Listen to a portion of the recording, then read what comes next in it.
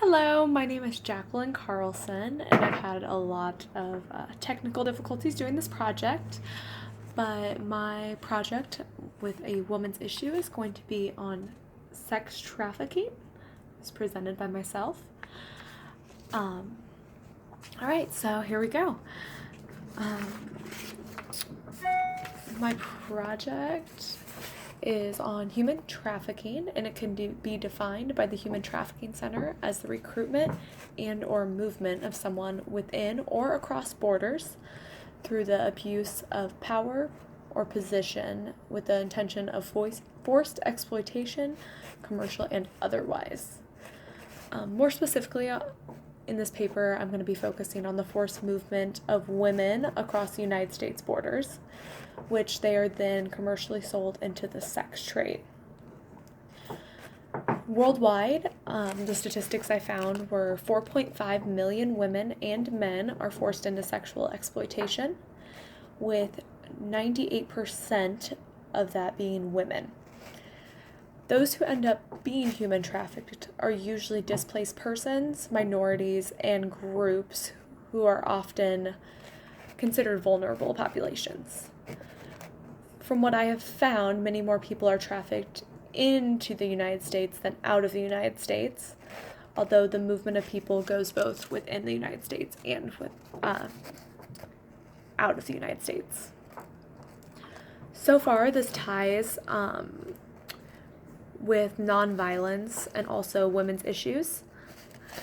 This is because human trafficking has a very violent nature, and sex trafficking involves the sexual exploitation of women and children, and then also the few men who are involved as well. The data that I've found on human trafficking is endless, but I've slimmed it down to information about sex trafficking in the United States. Human trafficking throughout history has been increasingly prevalent in the United States and around the world. According to one of my sources, Helton, Congress have found that 50,000 women and children were trafficked in the United States into the United States each year. These startling findings prompted Congress to develop better systems to combat human trafficking. Victims of sex trafficking are often recruited through fraud and coercion, and are usually forced into it through physical or psychological abuse. These victims are often involved in a wide array of different types of sexual exploitation, from working in the sex industry, such as being involved with pornography, sex tourism, prostitution, as well as forced marriages. One of my other sources, Hendrich, found that when the anti-trafficking movement began in the early 2000s, most of the emphasis was on women and children. By 2010, many service providers and policymakers began to acknowledge that both men and boys were also involved and susceptible to human trafficking, though the number of male victims is very low compared to female victims. One of the most vulnerable populations of victims is the lesbian, gay, bisexual, and transgender community, which is getting a lot more awareness these days. They're more susceptible due to the alienation and discrimination they face. Often these type of children or teens get kicked out of their homes by their parents, run away, and as either a gay, lesbian, transgender, bisexual individual, you would have a lot more of a chance of being susceptible in one of those vulnerable populations. According to one of my other sources, which is Orme, Stockel, Buska, Howard, and Zimmerman, there are many physical complications that occur as a result of human trafficking.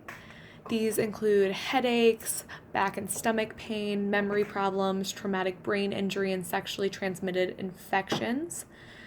To help many women, children, and men affected by sex trafficking, My other source, Macy and Johns, suggested that many aftercare services for sex trafficking victims should include the following supports: basic necessities, safe shelter and housing, physical health care, mental health services, legal advocacy, life skills, job training, substance abuse services, as well as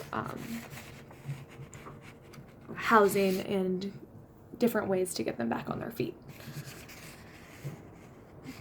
These different supports and services are key to helping victims of sex trafficking heal and move on with better and healthier lives. Many of these individuals have PTSD, trust issues, mental issues, physical disabilities. So to get these individuals back on track is very important. I was lucky enough to last semester see one of the presentations offered by campus ministry.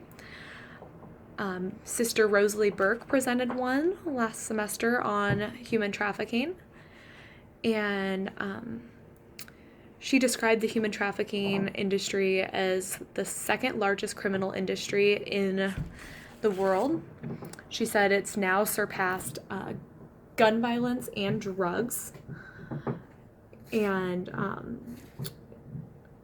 she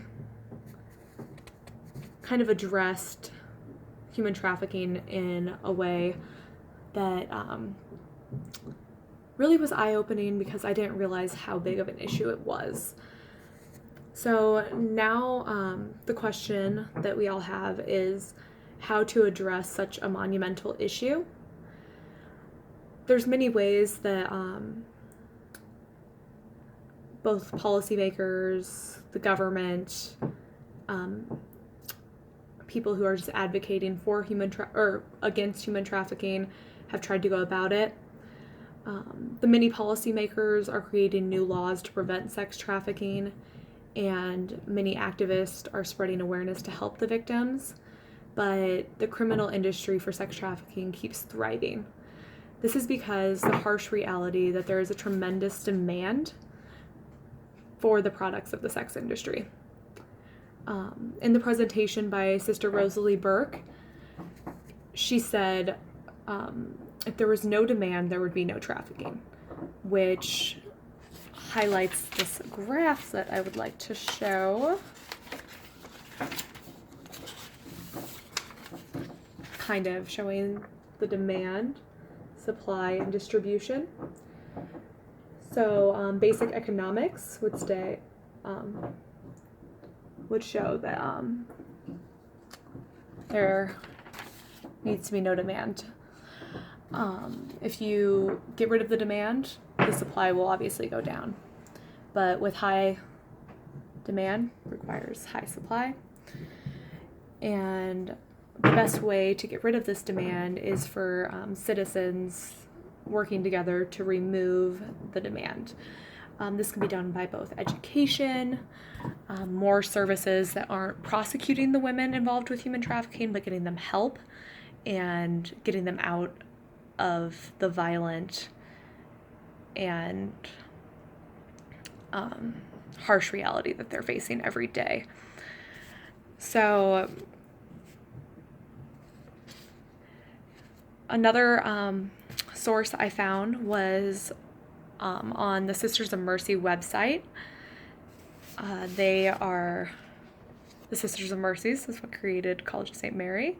So I thought they were kind of a good website to look onto.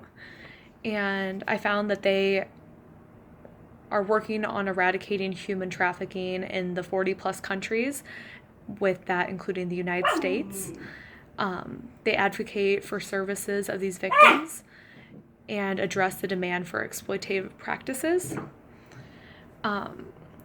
Sister Rosalie Burke, in her presentation last semester, she kind of mentioned, and so did some of my sources, that the United States culture is of glorified sex. They are increasing the sexualization of children. There's just an increase of pornography on the internet, on videos, as well as if you just look back on programs that might have been shown 30 years ago on any time throughout the day. The sexualized programs would be later at night. Now you could turn on the TV at any point of the day and find sexualized material on the television. I agree with what I heard from Sister Rosalie Burke. The best way, she said, to combat human trafficking is to address the demand by spreading awareness about sexual trafficking and working to desexualize the American culture. Many other sources I found talked about increasing policies, increasing laws, prosecuting pimps and johns harder. But in my opinion, we are doing that, and we are increasing laws, and we are increasing prosecution, and it's just the demand isn't going down. It's continually to increase. So the best way in my opinion to address this is to make the general public aware of what is going on. One of my other sources, Kotria, states that the prosecutorial policies that have been implemented in the United States are among the best in the world, but public awareness campaigns have been extremely powerful in educating the public and at-risk populations regarding the dangers of sex trafficking. However, little has been done to address the culture of tolerance, which they're referring to the United States sexualized culture. And this culture of tolerance promotes prostitution and pimping, which has been permeated in the United States society. Prostitution, erratic dancing, and pimping are glorified by all forms of entertainment. For example, magazines, ads, music, television, the fashion industry, video games, and social media. They're all becoming more and more increasingly sexualized. This information that I've found from this source was especially concerning for those who are trying to fight the sexual trafficking, because it means the demand within our culture is increasing due to the glorification of sex by the media. With the rise of feminism and equal rights, I think many are beginning to realize that these are unrealistic ideals that the media presents, and that these fantasies of sex and the female figure that the modern day media are presenting are false. This realization may be happening too slowly, though, to fight the demand. Media in the sex industry is in turn influencing the way our society thinks about the norms for sex. An additional point that I'd like to make is not only all men and women that pay, or is that not all men and women that pay for sexual acts think that women or the man that they're paying, or possibly children, may possibly be victims of sex trafficking. Many who are trafficked individuals are usually considered prostitutes within their society, and not the vulnerable population which they are. Many of these individuals are drugged, threatened, and manipulated into sex trafficking. So, although they may be looked down on in society, they're actually one of the victims. So, legally, we shouldn't be prosecuting women who are found in prostitution. We should probably be helping them get out of that, helping them get away from that environment, get away from the dangerous threats and manipulation that pimps and johns are giving them. So, finally, I would like to state a quote I found from the Administration for Children and Families, and it supports what I've been saying. It says, "Human trafficking is the denial for our common humanity and affront to our ideals as Americans." So this is a crime that must be addressed and recognized globally and within the United States.